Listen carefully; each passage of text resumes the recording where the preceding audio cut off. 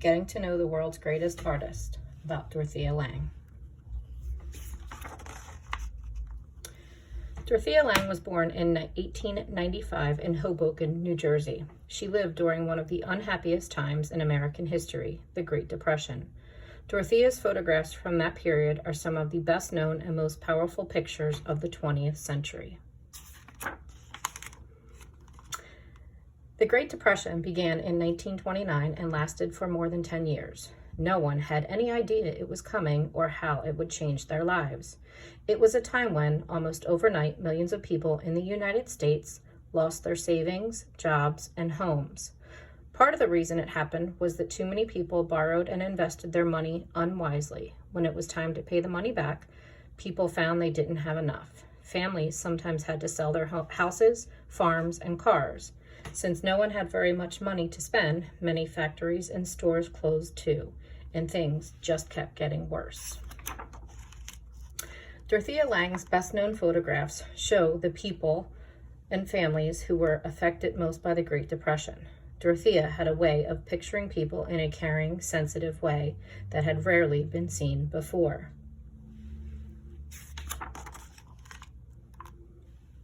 Dorothea didn't even have to show people's faces to show the suffering and loneliness many people felt at this time. Dorothea Lange grew up in a nice neighborhood in Hoboken. When she was 6 years old, she caught a serious disease called polio. Today, polio can be prevented, but in Dorothea's time, it disabled many children. Dorothea's right leg and foot were badly damaged, and she walked with a limp for the rest of her life. Dorothea could no longer run and jump like she had before. Some kids even made fun of her. Dorothea grew up feeling angry, sad, and embarrassed, all at the same time.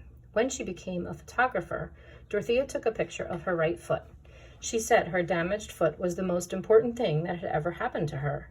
Because of her foot, she always worked hard not to let her problems get her down, and that made her a stronger, more understanding person. Dorothea went to school in New York City, which was right across the Hudson River from Hoboken. Her mother worked as a librarian there. New York was much different from her own quiet neighborhood. It was crowded and exciting. Dorothea loved to study the interesting people she saw there every day. Sometimes when she went to meet her mother after school, Dorothea had to walk through dangerous neighborhoods. Since she couldn't run very fast, she invented a way to give herself a blank expression so that no one would notice her. She called it her cloak of invisibility. Later, Dorothea used her cloak to study people without them even knowing she was around.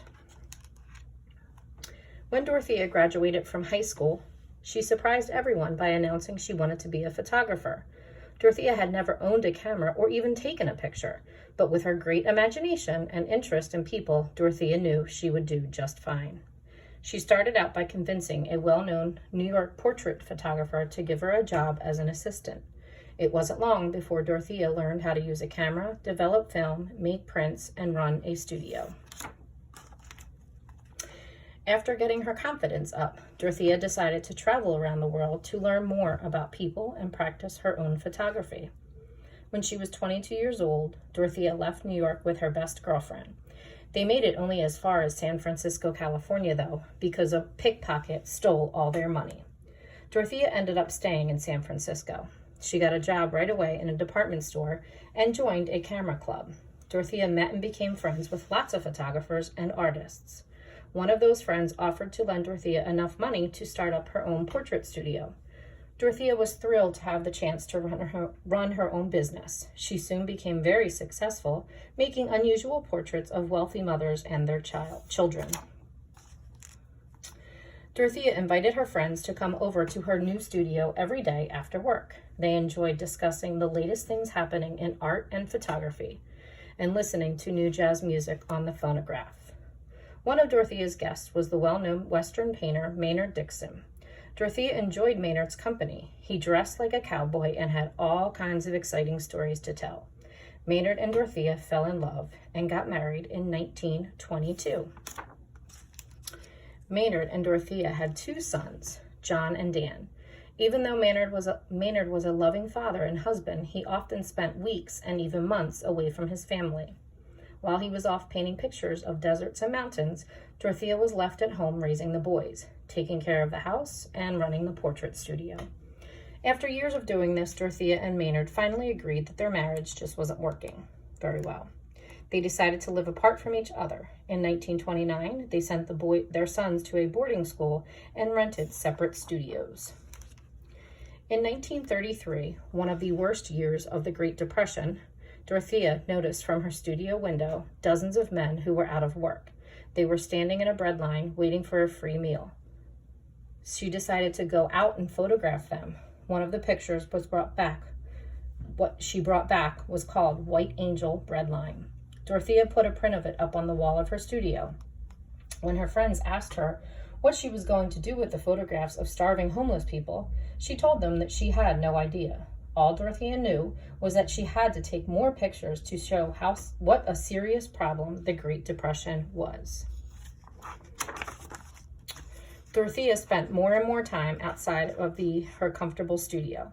She often went to dangerous areas to photograph people who were tired and sometimes angry. This is when her cloak of invisibility really came in handy. One day, a friend suggested that Dorothea have a show of all the remarkable photographs she had been taking. In 1934, Dorothea had her first show at a small California gallery. At this exhibit, Dorothea's photographs could be seen for the first time by lots of people. One person who went to the show thought Dorothea's pictures would be perfect to go along with some of his articles he was writing. Paul Taylor was a college professor who was studying the problems people were having because of the Great Depression. Paul asked Dorothea if he could use one of her photographs for a government report he was writing. He then asked her if she would go along and work with him. Dorothea agreed. She couldn't wait to begin using her skills to help record the Great Depression. Dorothea and Paul made a great team. They worked hard gathering information from many of the thousands of migrant families who arrived in California every day. Most migrants were ordinary people who had lost their farms and homes. They traveled all over the country hoping to get jobs picking fruit, vegetables, or cotton. They were so poor that they often had to live in old tents or cardboard boxes without heat, running water, or much food. Dorothea took a picture of the migrant mother below. In it, you can almost feel how worried that mother was about her children's future and where they would get their next meal. This picture became one of the most famous photographs of the Great Depression. Dorothea and Paul sent their reports to Washington, D.C. This information was used by the United States government to convince more fortunate Americans that the migrant families needed help. Dorothea Lange divorced Maynard Dixon and married Paul Taylor in 1935. She lived to be 70 years old and spent most of the rest of her life traveling around the country with Paul, photographing people in America who were very poor and were treated unfairly. Dorothea wanted to make sure no one would forget about them. One of Dorothea's favorite cameras was a big, clunky one called a Graflex. She preferred it to smaller cameras because it forced her to take her time and set up her photographs more carefully. Dorothea's photographs are known as documentary photographs. Their purpose was to record information and facts, but few documentary photographers have ever made pictures that are as artistic and caring as Dorothea Lange's. Works of this art in this book can be seen at the following places: the Oakland Museum of California in Oakland, California, and the Phoenix Art Museum in Phoenix, Arizona.